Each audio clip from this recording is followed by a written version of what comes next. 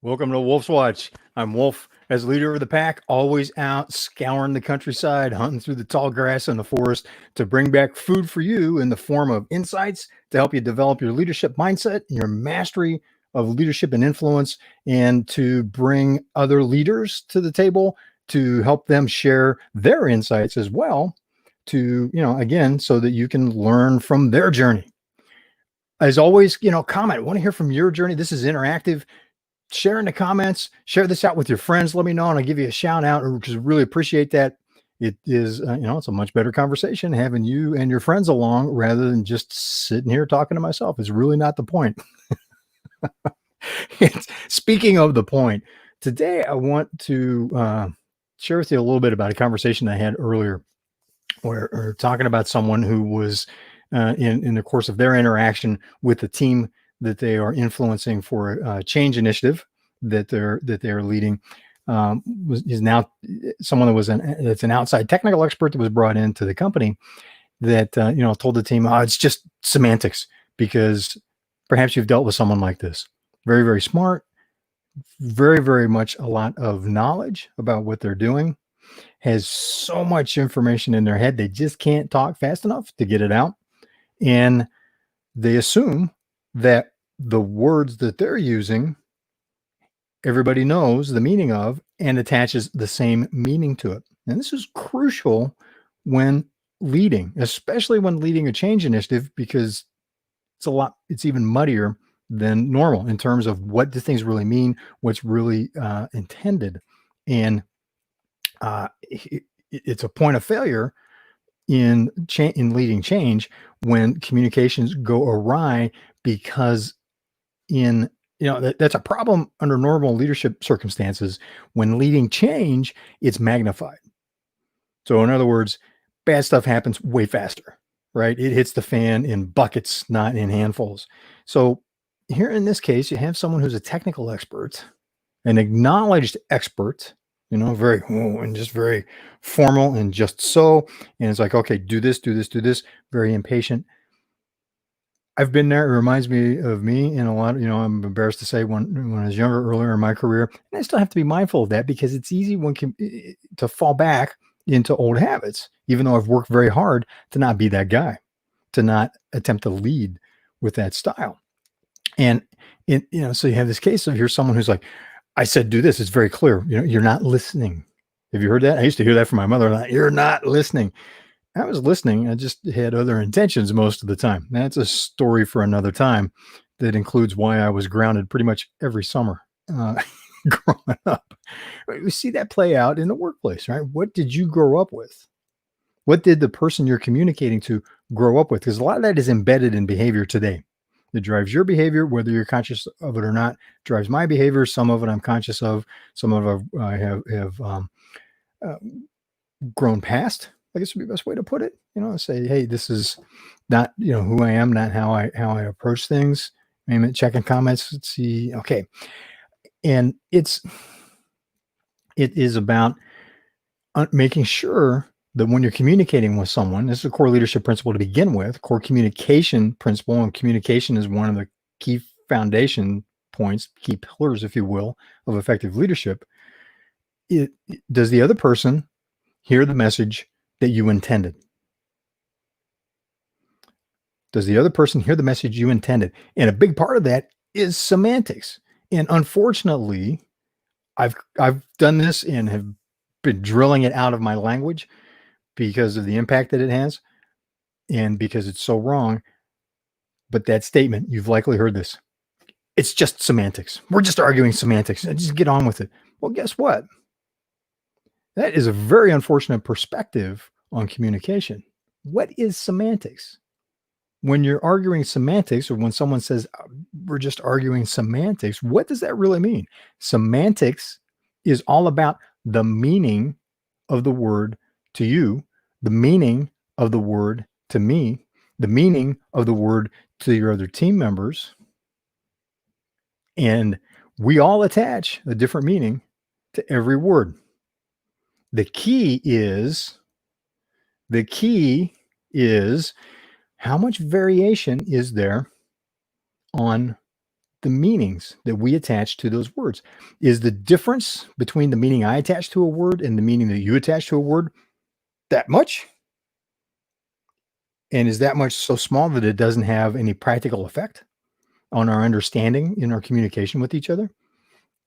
Or is the difference in the meaning you attach to a word or a sentence that much difference from the team member that you're talking to, is that enough variation that it goes right out of the frame that you're creating for that person, so that there is an error in communication because you have such different understandings that you think different things are intended, that different things need to be done, that different reasons are driving what needs to be done or what you're asking them to do.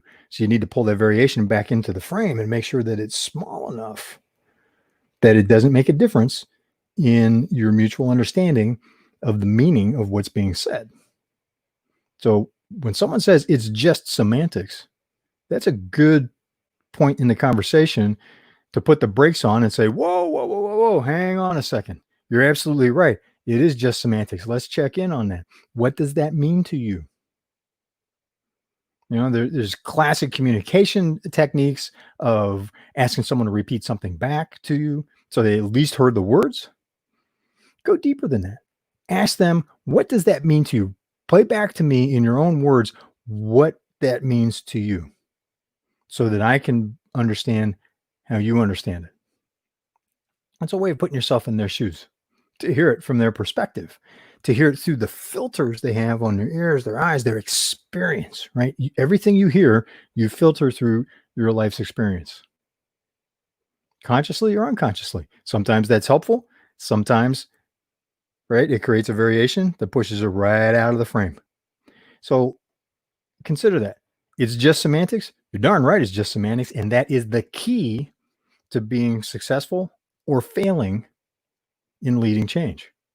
It's one of the foundational principles, one of the foundational pillars, if you will, in leading change. In leadership in general, more so when leading change, because again, it's magnified. Remember, it's magnified. An error, a communication error, as a leader, can create a situation where a handful of stuff hits the fan.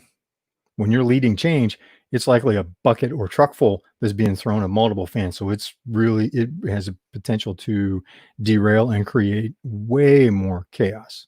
The risk of a potentially catastrophic error is much higher because it drives, as you're moving forward with change, it's a much more rapid process many times than normal operations. So you have this rapid process. What happened? It drives off course faster, right out of the frame, off the ditch, off the cliff. You got to be careful with where that could potentially lead. So you got to make sure that variation in communication, the variation in understanding the semantics of the words, especially in a technical environment, especially with people that are being onboarded into your company.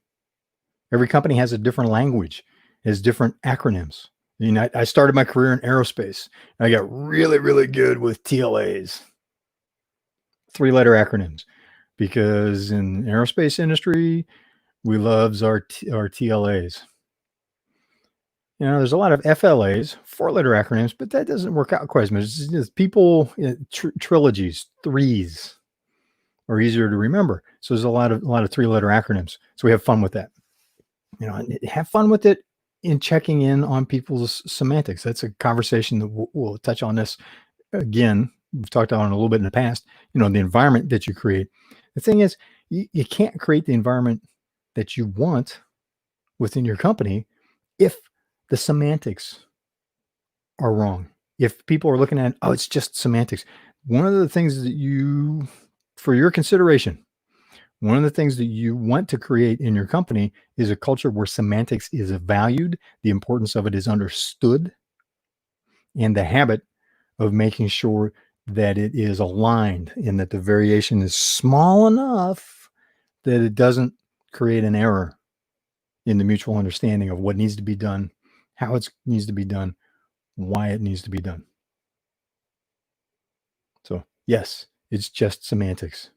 And that can make the difference between success and catastrophic failure.